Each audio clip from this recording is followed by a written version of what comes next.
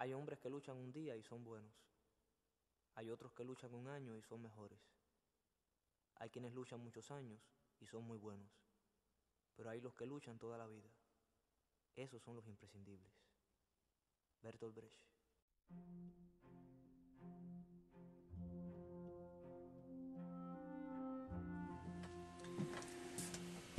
Desde el punto de vista de mi trabajo, usualmente yo casi nunca me dejé llevar por una línea ya establecida, sino que, como te dijera, era un poco entrar en el plano de la innovación. Me gustaba más bien descubrir cosas que yo creía que por primera vez se hacían y no, resulta que ya se habían hecho antes, pero que a lo mejor en Chile o a ciertos niveles no se conocían. Bueno, pero desde luego hubo algunos nombres, algunas figuras que a mí sí pues me llamaban la atención.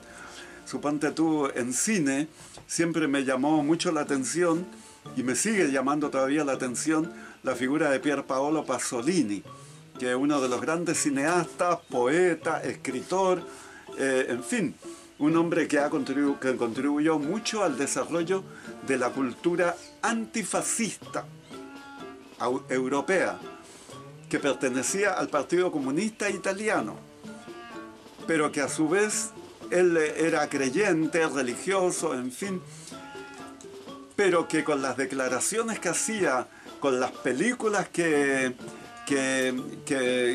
realizó, donde todo era denuncia, llegó un momento en que nadie lo quería, ni siquiera sus propios camaradas comunistas. Era como la piedra en el zapato para toda la gente que se dedicaba al hecho cultural, político, social. Entonces llegó un momento, bueno, era homosexual. Entonces se aprovecharon de eso y lo más seguro es que un buen día le hicieron una encerrona, le pusieron a un muchacho y él se fue solo en el coche con el muchacho y en la noche, en un lugar descampado, ahí lo mataron. Y después nunca se ha podido aclarar efectivamente, porque le echaron la culpa que el chiquillo era, pero el muchacho siempre dijo que él no había sido, pero que tampoco podía decir nada más. Total que, entonces, cuando yo veía la valentía del hombre ese, ¿no? Y además la calidad artística que tenía, porque no era panfletario, no nada de eso, yo decía, pucha, este gallo, este hombre sí que es, pero sumamente valioso.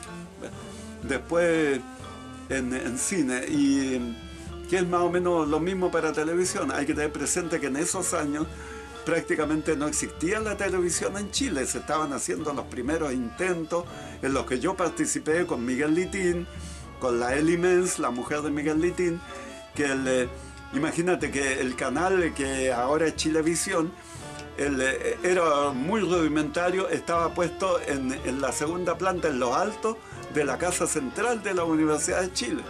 Entonces ahí hacíamos, me acuerdo que a mí me invitó el Miguel Litín para que actuara en unas piezas que él mismo escribía, y una obra de teatro grande que ellos adaptaron para televisión era El Panorama desde el Puente, donde me tocó trabajar con Tennyson Ferrada, con ese tipo de gente, ¿ves tú? Pero como te digo, en ese tiempo todavía no había una televisión masiva, ni menos comercial, no, nada de eso, ¿ves?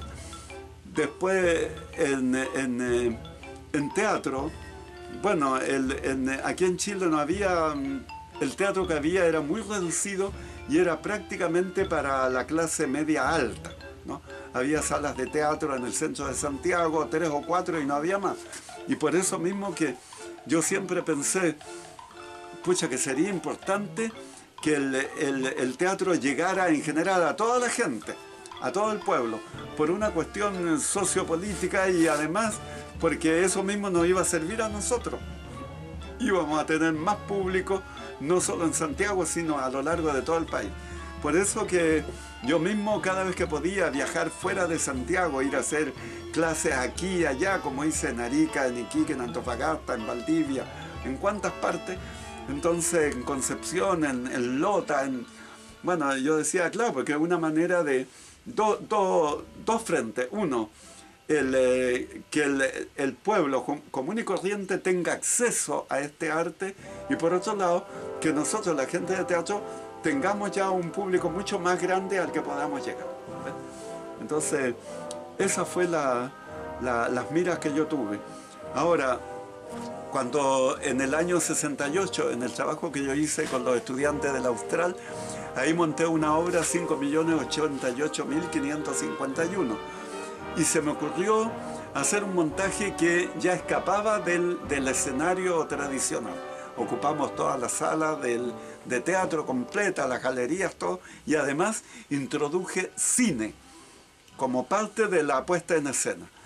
Y yo no sabía que lo que yo estaba haciendo en ese momento era una forma de teatro político que la hizo un alemán que se llamaba Erwin Piscator. Y después en España me vine a enterar de eso. Estando en España, y dije, vaya, no tenía idea que lo que yo estaba haciendo se llamaba teatro político, y que el que había iniciado eso había sido este alemán Erwin Piscator. ¿Ves? Entonces, sin querer, yo me estaba metiendo en un mundo que era bien importante, era bien importante. Sí, cuando estos chiquillos que me regalaron esto, por ejemplo, fíjate que la primera obra que yo monté con ellos se llamó Tomamos el conflicto que ellos tenían ahí en los liceos. Habían hecho una huelga. Y entonces yo la hice teatro con ellos. La experiencia viva que ellos tenían la transformamos en teatro. Y como no había una sala donde darla, uno de los padres de uno de los alumnos tenía un camión con tráiler. Entonces se me ocurrió que podíamos poner el tráiler en la esquina, en la confluencia de dos calles, y dar la obra ahí. Y cuando yo volví del exilio, al tercer día me fui a la Plaza de Armas y vi que estaban haciendo teatro en la calle. Y cuando llegué ellos ya estaban terminando. Entonces empecé a conversar con la gente que actuaba, y el hombre que los dirigía, un hombre de unos 30 años, con el pelo largo, amarrado, entonces me dijo, ¿pero usted quién es? Yo dije, bueno, dije, mi nombre es Heine Mix. Me dijo, me dijo, ¿usted es Heine Mix? Yo dije, sí, ¿por qué? Me dijo, pero maestro, me dijo, sí, para que me dieran el título en la escuela de teatro, mi tesis versó sobre usted, me dijo, porque usted fue la primera persona que hizo teatro callejero en Chile. Y yo tampoco sabía eso. Ahí me vine a enterar que esa obra, la huelga en el camión, era la primera vez que se hacía teatro callejero en Chile, fíjate.